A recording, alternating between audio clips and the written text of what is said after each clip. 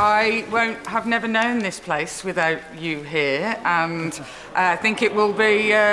It's going to be different. It's a delight to see your children here watching today. Because I know that while you have a responsibility to Parliament, that you take your responsibilities as a parent incredibly seriously also.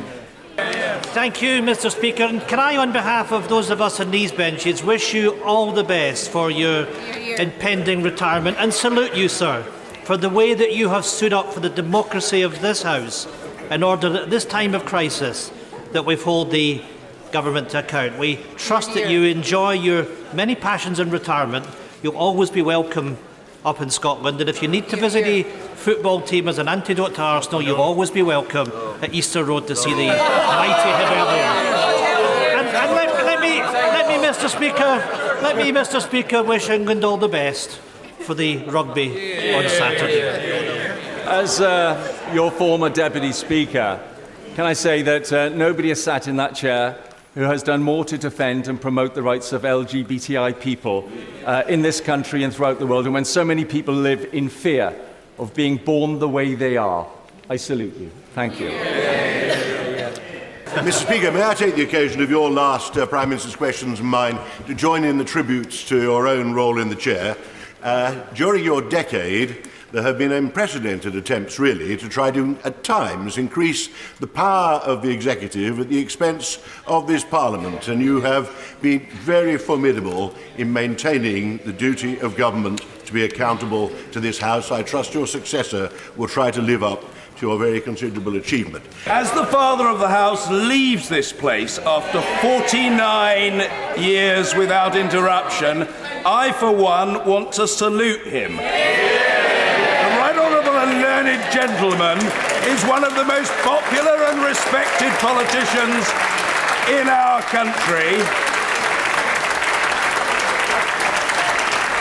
For his service to this place, for his service to his constituents, and for his service to our country, he deserves the warmest appreciation. For my part, I thank him for his support and friendship over decades. The Right Honourable and learned gentleman, as I think most sensible people know, whether they agree with him or not, is a great man. Mr. Jonathan Reynolds.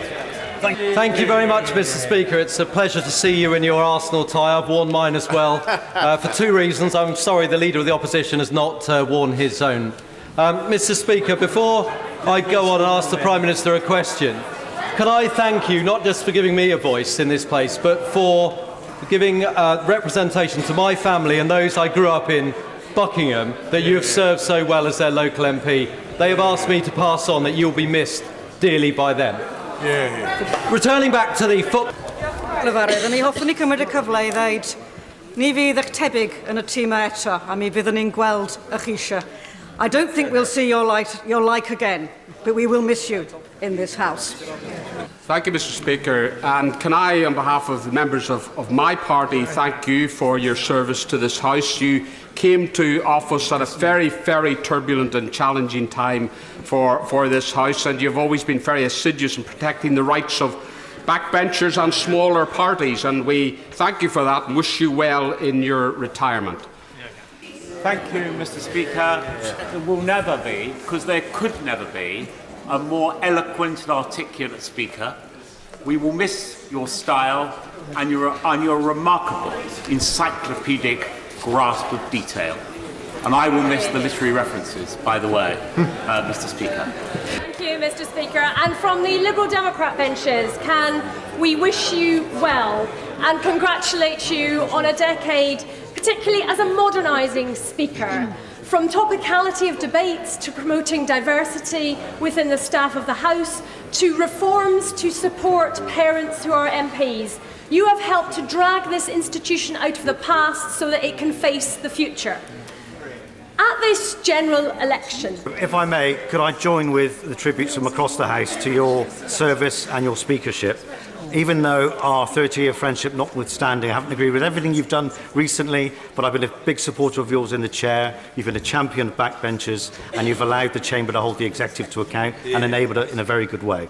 And can I just say the best of luck and good wishes to you and your family. Thank you. Mr. Speaker, I've been in this Parliament for 32 years, and I've seen many speakers in the chair, and I must say, you've been the best.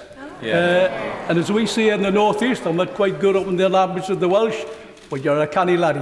And can I ask the Prime Minister?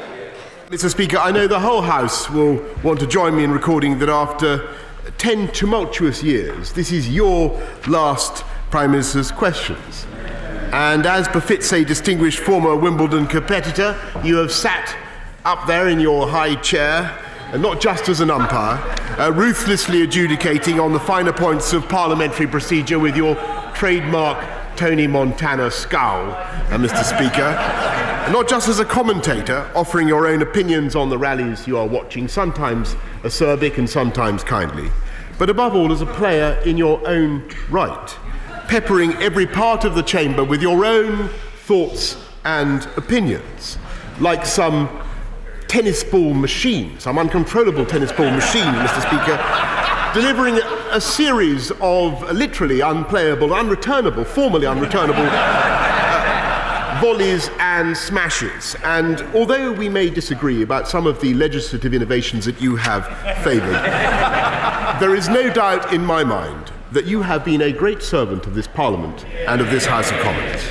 You have modernised, you have widened access, you have cared for the needs of those with disabilities, and you have cared so deeply for the rights of backbenchers that you've done more than anyone since Stephen Hawking to stretch time in this particular session. And as we come to the end of what must be the longest retirement since Frank Sinatra, Mr.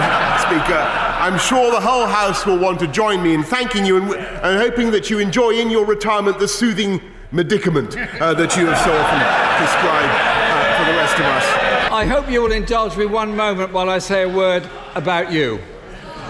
I'm sure you will.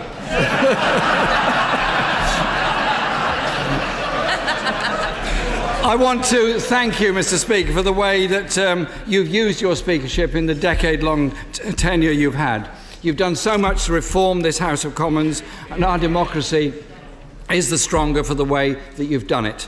You have served for 10 years, you've given real power to backbenchers, vastly expanded the use of urgent questions, which has been overwhelmingly popular with all government ministers, and opened up the number of emergency debates, which is even more popular with even more government ministers.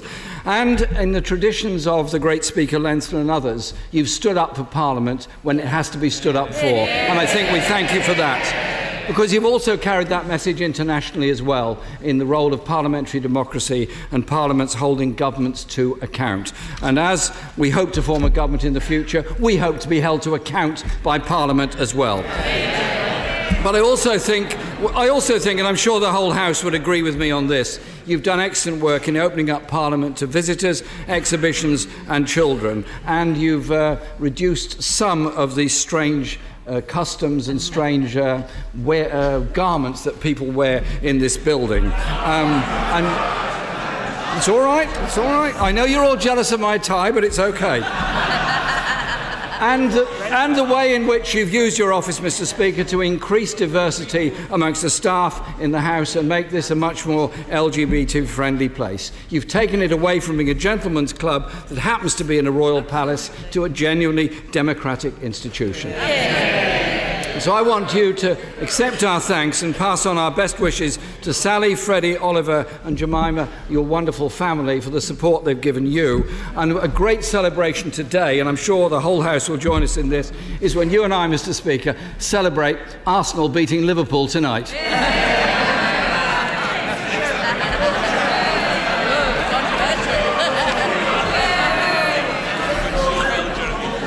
The Labour Party loves a debate and loves a bit of banter.